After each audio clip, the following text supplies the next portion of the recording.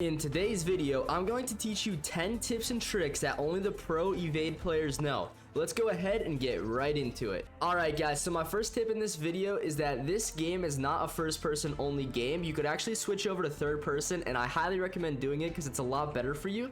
All you have to do is press O on the keyboard and it'll look like this. And what this allows you to do is actually see around corners, so then you can see if guys are coming after you or if you have a clear space to move this way, and so on. It'll help you out a ton more than being in first person. Okay guys, my second tip is making sure that your volume is turned on at least to the lowest setting. It doesn't have to be all the way up because this game does get kind of loud, but if you want to go all the way for it, do it. It's better off for you because you're going to hear the monsters coming for you way sooner. So I recommend it. You're going to die a lot less by doing this. And all the monsters in this game, they make weird noises, so you'll hear them coming. Just run away from them and you'll be fine. My third tip is called sprint jumping. Now what this is running in a straight line, and while you do this, you're gonna get into your full speed sprint and then jumping every so often. It kind of looks like a little bunny hop, and what this allows you to do is go a little bit quicker, which is gonna help you get away from monsters. I highly recommend you do it because it'll help you survive even longer. My fourth tip is that when you go down, what you're gonna want to do is crawl somewhere safe so that your team can pick you up and revive you easily, or sometimes they don't even have to pick you up, they'll just revive you right there in that safe spot, and this will allow you and your teammates to successfully get back up and get back into the game.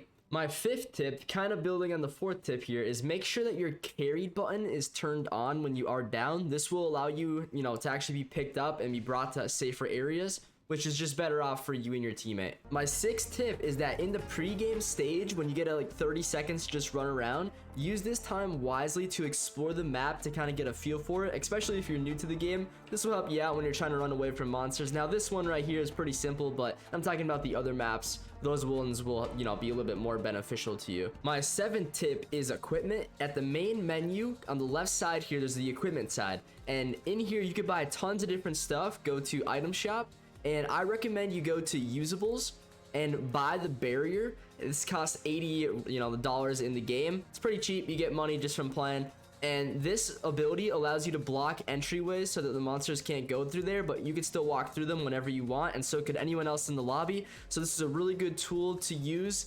to survive even longer. However, they could be broken and they only last 3 minutes. My eighth tip is reviving. So to know where your down teammates are, on your screen you're going to see a little skull icon. That kind of points to where your down teammates are. Now if they're in the middle of the open, I highly recommend that you do not revive them there. Pick them up and bring them somewhere safe before you revive them. That way you and him both don't die. My ninth tip is to find other players in the game and group up with them. This will allow you and them to survive longer, because when an AI finds you, it won't really know which one to go after. So, it'll give you more chance to survive.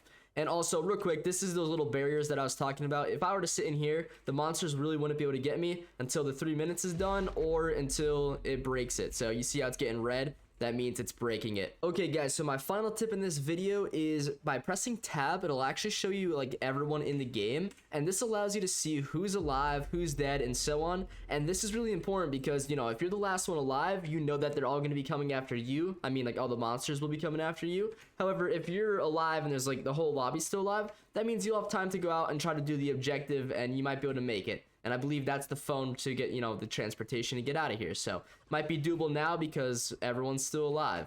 See, that guy's going to do it because he knows that, the monsters are probably distracted. I hope this video helped you out. If it did, let me know by leaving a like. Also, be sure to subscribe because I'm really trying to hit 100K by the end of the year. It would mean the world to me. With all that being said, though, I'll see you in the next one. Adios.